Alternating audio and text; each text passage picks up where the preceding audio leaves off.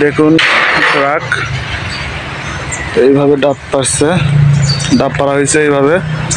দেখুন এটা ডাবের বাগান, আমি এটাকেও করেছি। দেখুন কত বড় বড় ডাব, বিশাল বিশাল এক একটা ডাব।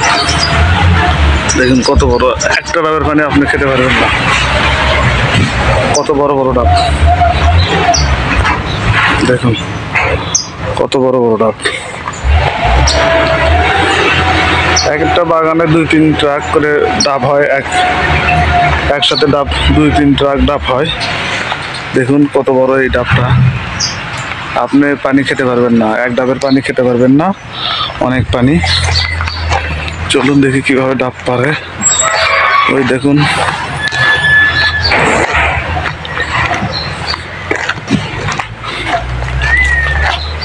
দেখতে থাকুন ভিডিও। ভালো লাগলে অবশ্যই লাইক কমেন্ট করবেন।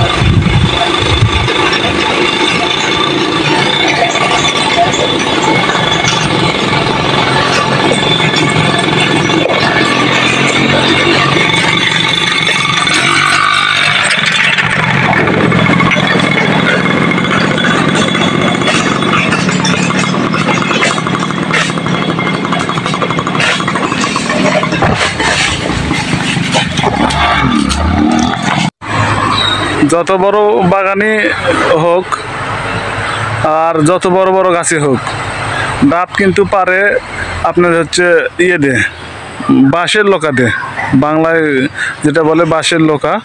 বাঁশের লোকা একটার সাথে একটা জোড়া দিয়ে ডাব পারা হয়। ঠিক আছে, আপনারা দেখতে থাকুন, ভিডিওটা সম্পূর্ণ দেখবেন। দেখুন কত ডাব, কত বড় বড় আর কত সুন্দর। এক একটা ডাবে 1 লিটারের বেশি পানি আছে।